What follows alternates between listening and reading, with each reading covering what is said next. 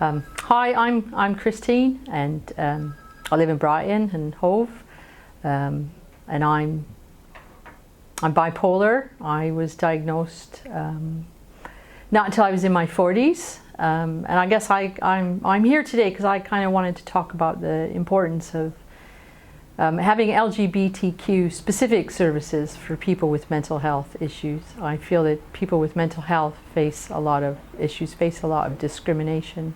But I find that when you're gay and you have mental health issues, it's like a double attack sometimes.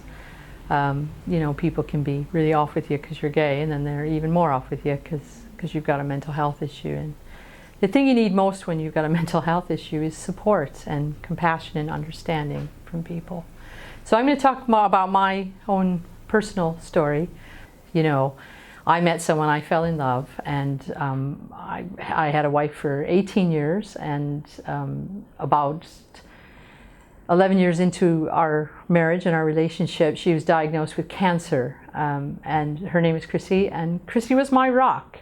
And Chrissy was she kept me quite stable. So while we were married, it was very rare that I had any kind of an episode. There's something about our relationship that kept me quite stable. And when she was diagnosed with cancer and we were told that she was going to die within weeks, I had a very, very bad episode. I did kind of manage to keep it together for about a year to help support her. But then I did really have an incredibly bad episode, and that in the form of a mania, and that I fixated on an idea that if I was dead or if I was away from her, that she would live.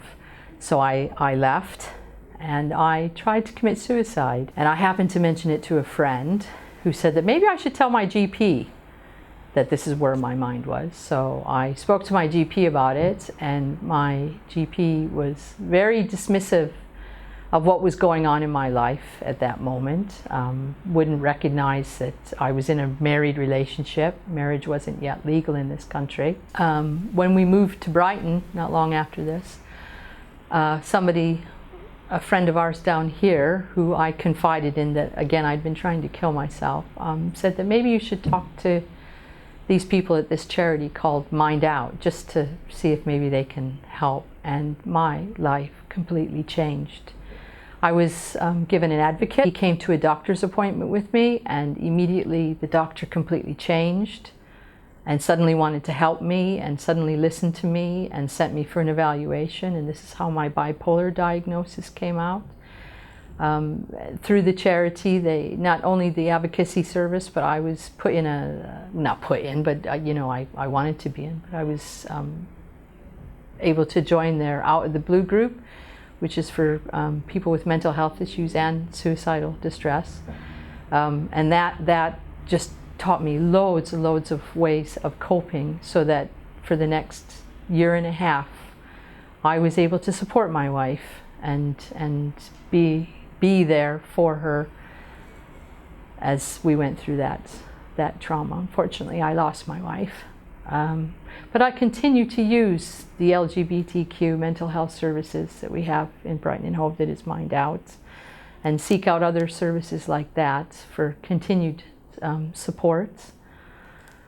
I don't know, I just really want people to know that, you know, I feel very blessed to live in the city that I do, because it offers that. But I think more cities need to get involved in this kind of thing.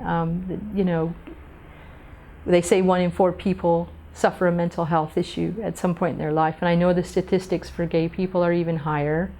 And I know the statistics for gay people attempting suicide are way higher than heterosexual people. So, you know, if you are gay and you're suffering with a mental health issue, you know, that things tend to be a lot darker, and we need more support.